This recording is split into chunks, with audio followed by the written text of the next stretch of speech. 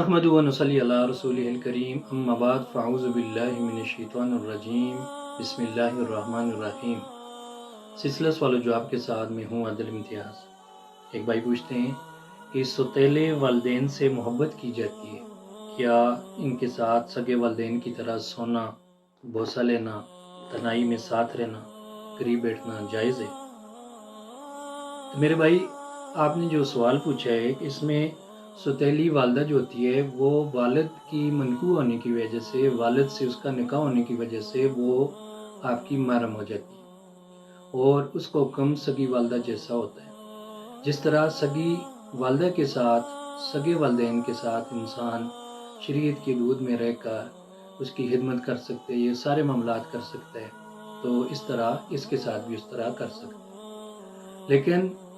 جب اس جگہ پر اگر فتنے کا خوف ہو اور تنہائی میں رہ کر یا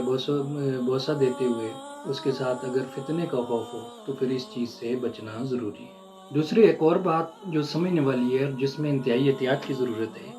کہ بیٹا اپنی سوتیلی والدہ کے ساتھ ایک ہی بستر پر اگر سوئے گا تو اس بات کا اندیشہ ہوتا ہے کہ شیطانی خیالات اس پر غالب آ سکتے ہیں،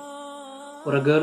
انہوں نے ایک دوسرے کو شہوت سے ہاتھ لگا لیا تو اس صورت میں حرمت مسارت ثابت ہو جائے گی،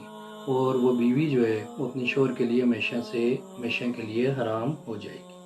تو لہٰذا ایسی صورت میں جہاں پر فتنے کا